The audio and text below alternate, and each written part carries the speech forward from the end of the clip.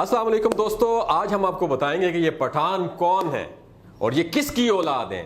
ملګرو نن مزه تاسو ته خیم چې دا پښتانه څوک دي، دا کوم ځای راغلي دي، او ان شاء الله دا ویڈیو به آخر پورا ګوري، تاسو ته به ډیر زیات انفارمیشن ملاويږي.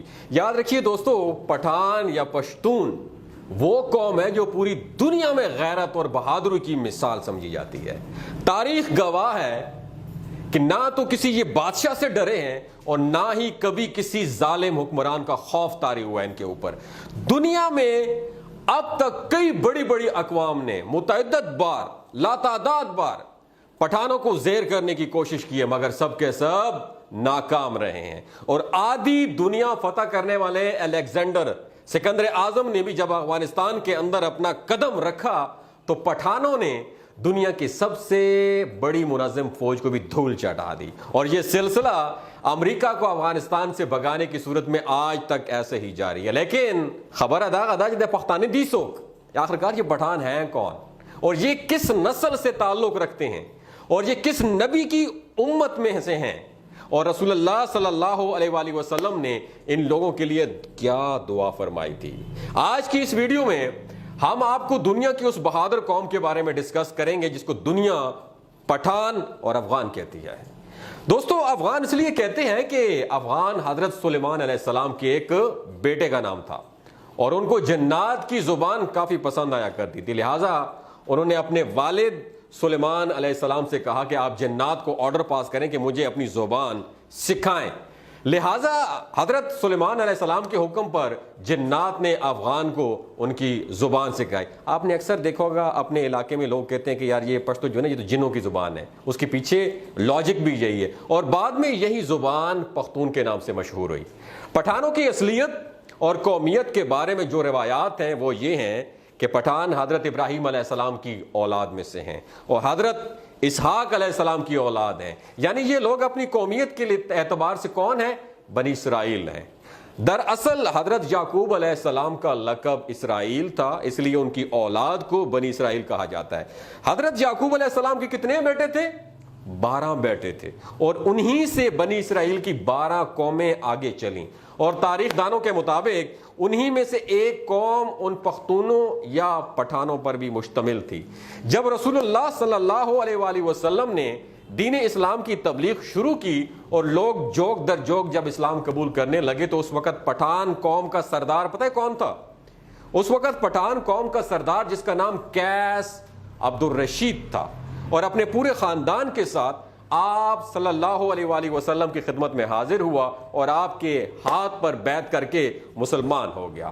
اب جو کہ قیس ایک عبرانی لفظ ہے، لہٰذا آپ نے اس کو تبدیل کر کے عبد الرشید نام کو پسند فرمایا، اور یوں حضرت قیس عبد الرشید نے اپنے پورے قبیلے کے ساتھ اسلام قبول کر لیا، اور اس طریقے سے انہیں پہلے پختون صحابی ہونے کا اعزاز حاصل ہوا. آج دنیا میں دوستو یاد رکھیے، دماغ کی کھڑکیوں کو کھول کے یاد رکھیے گا، آج دنیا میں پختون پٹھان افغان وہ واحد قوم ہے جس میں اسلام کے علاوہ کوئی اور دوسرا مذہب موجود نہیں ہے.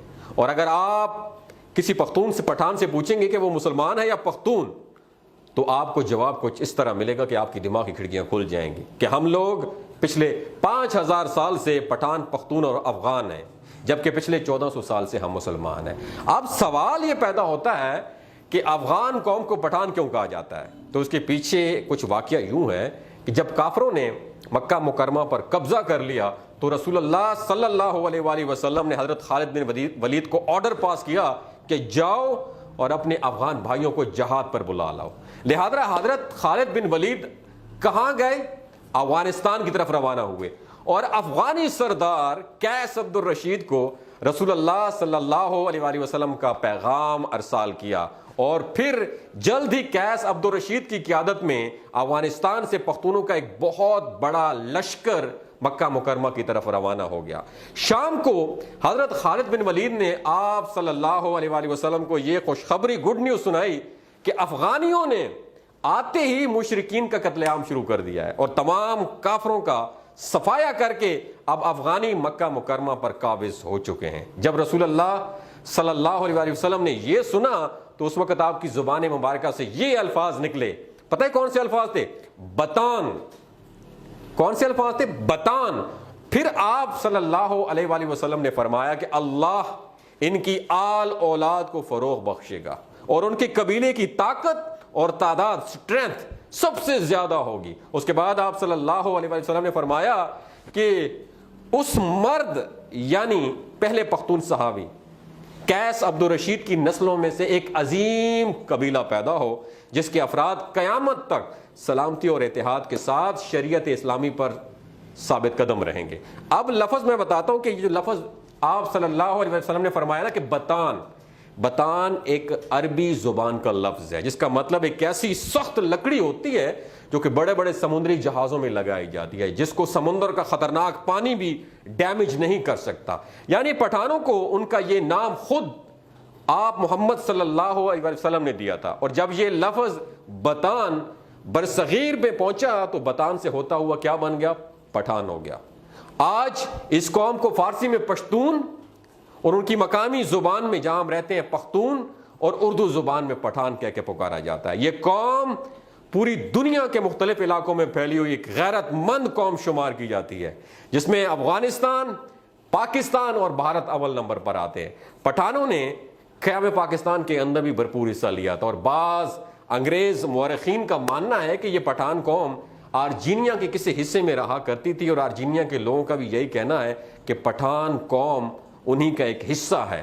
سو پٹھانوں کا یہی جہاد اور اللہ تعالیٰ کی راہ میں لڑنے کا جذبہ ہے جو آج تک اس قوم کے اندر ایسے ہی باقی ہے. یہ لوگ اپنے دین کو لے کر کافی سخت ہوتے ہیں اور شریعت اور نام خداوندی کے لیے ہر وقت مر مٹنے کے لیے تیار ہوں گے. آپ نے افغانستان میں دیکھا تو ہوگا جس کا نظارہ ہمیں اکثر دنیا کے مختلف حصوں میں دیکھنے کو ملتا ہی رہتا ہے. اس قوم کا ذکر قرب قیامت میں پیش آنے والے واقعات میں بھی ملتا ہے، اور بعض مورخین کے مطابق حضرت امام مہدی کی مدد کے لیے جو برصغیر سے کالے جھنڈوں کا لشکر نکلے گا ان میں سے کافی بڑی تعداد انہی پٹھانوں پر مشتمل ہوگی.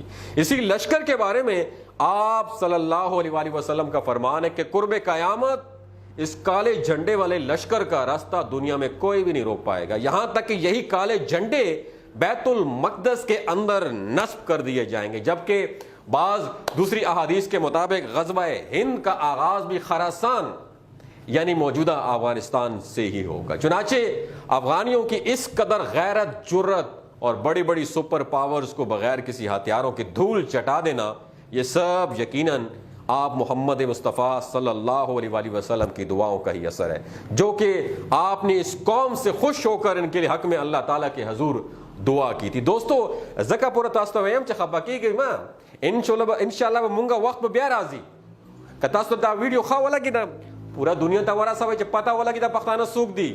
اپنا اور اپنے ساتھ جڑے رشتوں کا خیال رکھیے گا اور بتائیے گا آخر میں نے کیا کہا ہے. اگر آپ کو پشتو آتی ہے تو کمنٹ سیکشن میں ضرور بتائیے گا. اپنا اور اپنے ساتھ جڑے رشتوں کا خیال رکھیے گا اور پٹھانوں کے لیے دعا کیجیے گا.